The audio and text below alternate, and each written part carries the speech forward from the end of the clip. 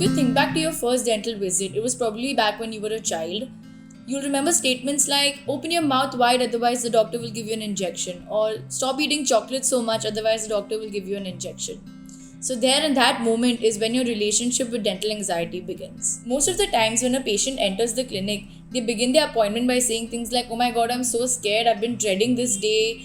Is it going to hurt? How long is it going to take? Please make it get over fast. I can't take it. It's basically total and complete stress and anxiety. Now, when you hear this, some of you may relate to this and some of you may not relate to this. But the proportion of people who do relate to this is very, very high.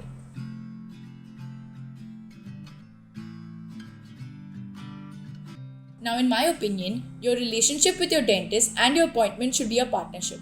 It is the patient's responsibility to trust the dentist, and it is the dentist's responsibility to provide adequate pain and anxiety control. The biggest fear when you go to the dentist is pain from a needle prick. In the older generation, many procedures were done without any numbing. However, now you have the advantage of being numbed before the procedure.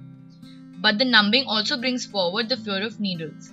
However, at the clinic we apply a numbing gel prior to pricking so that the pain factor is significantly reduced.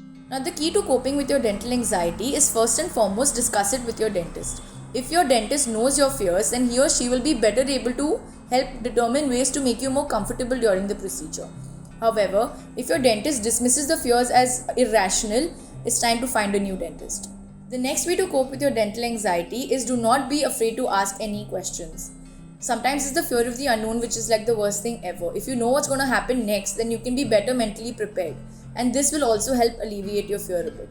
Way number 3 to cope with your dental anxiety is by agreeing to a hand signal. You know how people have safe words? Exactly that way, you can agree with your dentist to a hand signal that if you raise your left hand, that means you need a break in the procedure.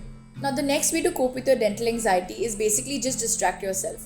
You can use music, you can use objects, or you can use relaxation techniques. You can use music in the sense that just pop in your headphones or ask your dentist to play your favorite tracks and you'll be good to go.